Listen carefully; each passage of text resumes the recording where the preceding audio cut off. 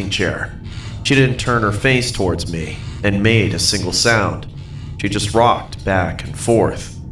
I saw a horrifying face leaning over me and looking directly into my eyes. Were so deep that I could almost see her red flesh. Blood was dripping from those cuts. What are you doing? She then lifted her face.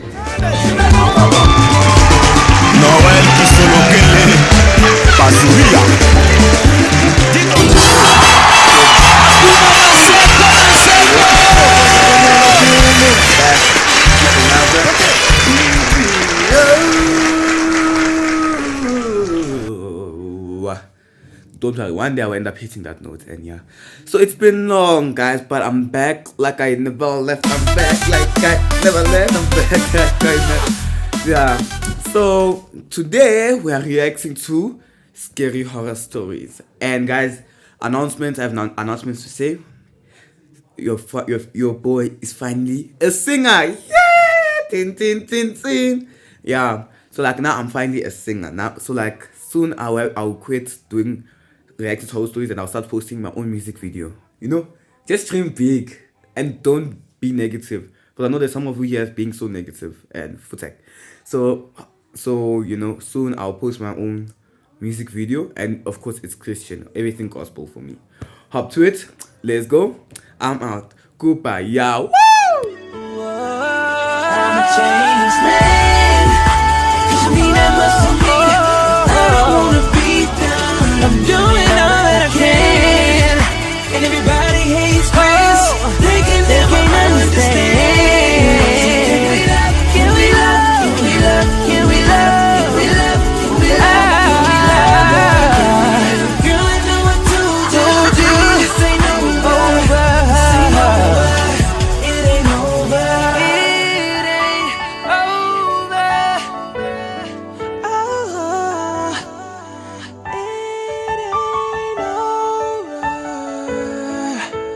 it ain't over. My name's Jonathan, and there was a time when I used to suffer major sleep paralysis episodes. I used to wake up in a vegetative state where I knew I was conscious, but there's no way I could move my body. And during that state, I experienced some pretty bad hallucinations. These episodes occurred so frequently that I still can't figure out how much of it I hallucinated and how much of it actually happened. Because there is this one time where things got real, freaking the hell out of me. In the beginning, it started with me waking up at night feeling stuck in my own body. I could see, feel, hear everything around me, but couldn't act on it until my body was released. Slowly, this state turned into a more complicated condition. For example, I woke up one night and saw myself standing near the bed and watching myself. Imagine. I can't tell you how terrified I was after breaking free. I decided to see a psychiatrist for this. Dr. Berman gave me sleeping pills and said with time that it'll pass. He said there's no particular treatment for sleep paralysis other than improving sleep habits, including going to bed at the same time every night, ensuring a comfortable sleep environment free of distractions, and avoiding caffeine before sleeping. I followed his instructions, and for a month I did quite well, but things took a bad turn all of a sudden. One night, I dozed off on my living room couch, and it happened again. There's not much furniture in my apartment because I recently moved in. Apart from the couch, there's a TV set, a lamp, and a rocking chair. The chair was already in my apartment before I moved in. I think it belonged to the previous tenant, and I let it be as it was extra sitting arrangement for me. I woke up with the same feeling of being stuck, but this time, neither I saw myself, nor I felt alone. Instead, I saw someone sitting in the chair and rocking back and forth. I could tell it was a woman, probably in her late 70s. The most terrifying thing about experiencing sleep paralysis is that you will know that you're awake, but you'll also know that you're seeing something that isn't there in real life. I knew there's no one in this apartment except me when I saw this woman sitting in her rocking chair. She didn't turn her face towards me and made a single sound. She just rocked back and forth. This phenomenon started to occur every night, but I was confident that it was all my imagination, because as soon as I broke free from the state of trance, the lady was gone. I told my psychiatrist, Dr. Bergman, about this, and he too said the same thing, that it was nothing but mere hallucinations. I opted for meditation before going to bed, because Dr. Bergman said it would help my sleep, and I did it for a few weeks. I was almost feeling relieved that I stopped having further episodes, until one night, I experienced a living nightmare. I had a friend over. Let's call him Matt for the sake of the story. Matt and I watched a football match and drank a couple beers. Matt drank a bit too much, so he stayed the night at my place. Around 3 a.m., I heard heavy breathing from a very close distance. As soon as I opened my eyes, I saw a horrifying face leaning over me and looking directly into my eyes. Her white, frail hairs were all over me. It was that woman who rocked in the chair. I wanted to scream, but I realized that I was having an episode and started telling myself that it wasn't real, that this is all my imagination. The woman then spoke to me. "You think I'm not real, huh?" Check that love. I was gasping for air, as I couldn't breathe out of this shock. She got up and started walking to Matt's side of the bed. I watched her approach my friend with a sinister smile. She slowly came near him and then leaned on him in the same manner. Her jaws then started to stretch into a huge hollow mouth and started devouring Matt's head. She was eating my friend's head like a python gulps its prey. Saliva was dripping from her mouth, and Matt's head was completely inside it. I can't explain how terrifying that scene was. She looked at me with her hungry eyes while sucking the life out of my friend. I wanted to break free and pull Matt out of her mouth, but I couldn't do anything but lie like a living corpse. Suddenly, my alarm went off and I sprung on my bed screaming. Matt woke up with this shock, and the lady was nowhere to be found. "What the hell, bro? What happened? That woman, she was..." And I passed out without finishing my sentence. Matt took me to the hospital. The doctors thought I had a panic attack in my sleep, due to the fit of intoxication. My psychiatrist, Dr. Bergman, was also informed, and I stayed in intensive care for a week. Matt still doesn't know what I saw that night, and I don't think I'll ever be able to tell him. I no longer live in that apartment, but before leaving it, I asked the landlord about the history of that rocking chair, to which he told me. Many years back, this apartment was a healthcare unit for mentally deranged people. They had lots of violent patients, among which one patient was the most dangerous. It was a 65-year-old lady who couldn't stand children in her sight. She was brought to the unit after trying to devour a newborn from a local hospital. People claimed her to be possessed, and some even thought she was a practitioner of witchcraft at her young age. She used to sit in that chair and rock back and forth all night and all day. After knowing, I don't think anyone could have stayed in that apartment. But the surprising thing is that no one lived there before I saw this lady, or experienced anything of the sort. I don't know if I imagined her completely, because I knew nothing about her when I started hallucinating her. The other most terrifying thing is that last week I met Matt in a nightclub. He was there partying with his colleagues. I noticed a ring of bruises on his forehead, which wasn't there before. As I asked him what happened to his head, he gave me a very weird reply. He paused and looked at me for a few seconds, and then said, "I must have fallen from my rocking chair."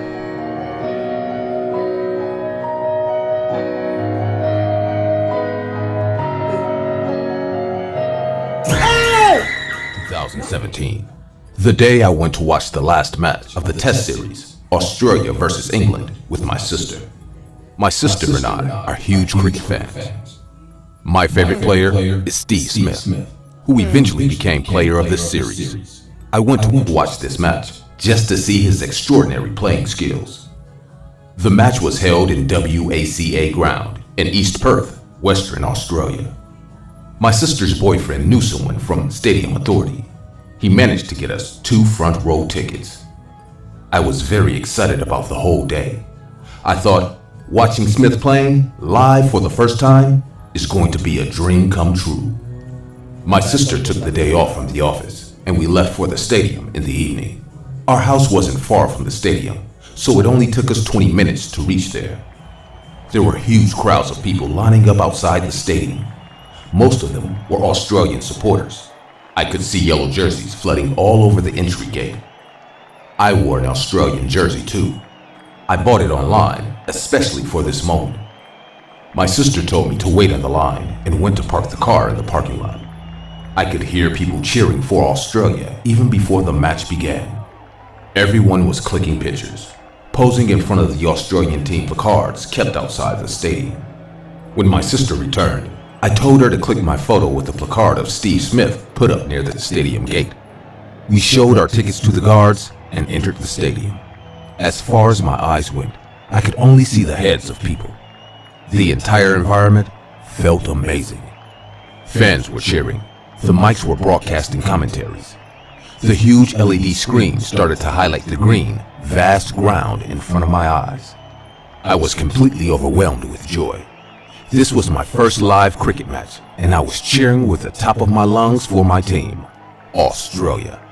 The umpire called the captains of both teams for the toss. The crowd got louder as soon as Steve Smith entered the ground. England won the toss, and they decided to bat. We sipped cold drinks and munched popcorn while watching this exciting match. My sister and I clicked a dozen pictures, and we were having a great time. I couldn't realize how time flew away. I drank a lot of cold drinks and suddenly felt the need to go to the bathroom. There was still time for the interval, but I was having an emergency, so I told my sister, I need to go to the bathroom. She asked me, will I be able to go alone or not? I confronted her saying, I will be absolutely fine. My plan was to go to the washroom and get back to my seat as soon as possible. I didn't want to miss Smith no matter what. So I got up and made my way to the exit, walking amongst the crowd. After reaching the exit gate, I saw a security guard standing there. I went to him and asked, which way is the women's washroom? He pointed towards a long hallway to my left and said the washroom is at the end of the hall. I started to walk down the hallway. The cheering of the audience was resonating in the entire hallway. Every time the audience clapped in joy, the stadium reverberated. But as I walked away from the exit ground,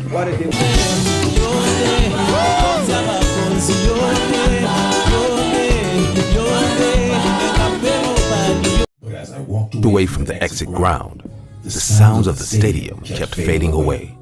It was a long, wide passage surrounded by white walls. Tube lights were hanging from the ceiling. Some of the lights were flickering as I walked towards the bathroom. The washroom was completely empty. I went to the third bathroom on the right side. As I locked the door and sat down to do my business, I heard a sound. It felt like someone just entered the bathroom next to mine. I already said the hallway was long and wide, hence, if someone else entered this area, she has to enter with me. There was no way someone could walk the hallway without being noticed by me this entire time. Anyways, I decided to finish off quickly and get back to my seat. I was just about to get out when I heard a soft sobbing sound from the bathroom next to mine. I unlocked the door and came out. The washroom lights were flickering in a very spooky manner. There was no sound, except the sound of water dripping from the tap. I paused and tried to listen closely. There was no sign of another person inside the washroom. I started to wash my hands, just when I heard someone weeping again. The weeping voice of a woman was coming from the bathroom beside mine. I noticed the door of that bathroom was locked from the inside. I walked towards it and knocked on the bathroom door. I asked in a tense voice, "Ma'am, are you all right?" No answer came, but her weeping grew louder.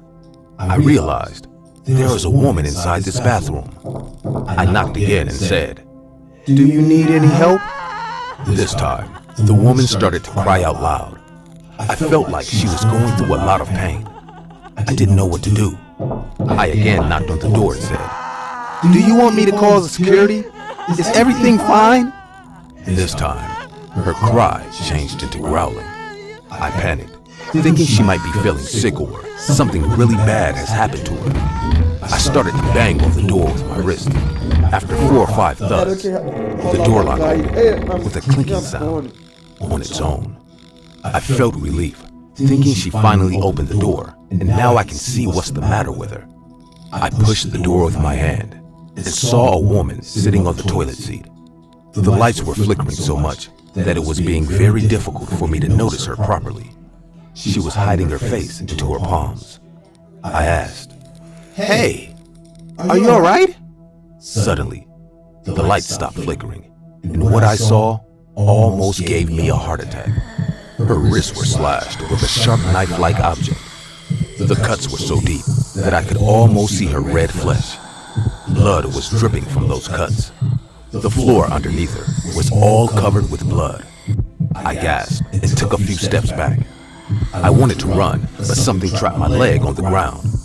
I breathed heavily and said, "What are you doing?" She then lifted her face and looked directly into my eyes. I have never seen such a vicious face. Her eyes were bursting out of her eye sockets. Her mouth was filled with blood. She opened her mouth as blood came gushing out of it. I ran towards the door, but it slammed on its own and got locked. I started to twist the handle, but the door wasn't open. I kicked the door. I started to scream, but nothing was happening. I turned back and saw the woman coming out of the bathroom crawling on the floor. My legs couldn't hold my body anymore. I fell to the ground. I was gasping for air. The blood in my veins started to turn cold. She kept crawling towards me like an animal. It was a horrible sight to witness. The more she crawled on the ground, the more blood out of her wrist and mouth. I tried to scream, but no sound came out of my mouth. When she was just 2 hands distance away from me, I heard someone twisting the doorknob. The door opened, and as I slowly fainted, I saw my sister standing near me. I woke up in the hospital the next morning. My parents were sitting right beside my bed. I saw my sister talking to the doctor. They all looked very worried. I heard from my sister that she came to look for me after noticing I was taking too much time in the washroom. When she reached the washroom, she saw the door was closed. As she pushed the door to open, she saw me lying unconscious on the floor near the door. The stadium authority called for an ambulance, and my sister admitted me to the hospital. The doctor said I had a nervous breakdown due to a sudden shock. My sister also thinks I fainted in the bathroom after getting scared of being alone. I don't know how will I ever tell her that I wasn't alone in that bathroom. But after I came from the hospital, she gave me an even more chilling news.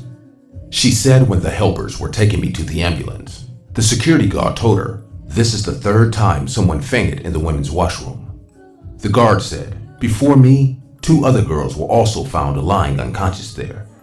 He told my sister that since a college girl committed suicide in the 4th bathroom of the right corner, these weird incidents have started to take place. The stadium authority was planning to rebuild this section, but due to the ongoing test match, the construction work has been put on hold. I don't know if whom I saw was a real ghost or just my imagination, but since then, I am very scared to go to any public washroom alone. One incident turned my first test match experience into a living nightmare.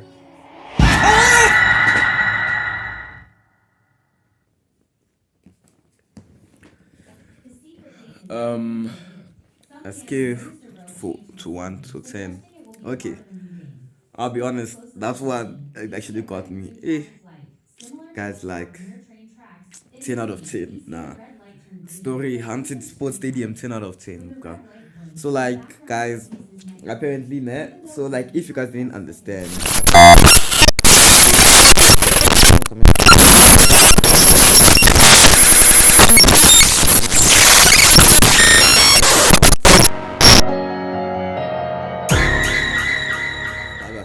I'm scared. Just wanted to get you guys at the end. So anyways, thank you so much for watching this video. I'll see you guys later, but from now I'm out. Peace of the east, of the outs. Goodbye.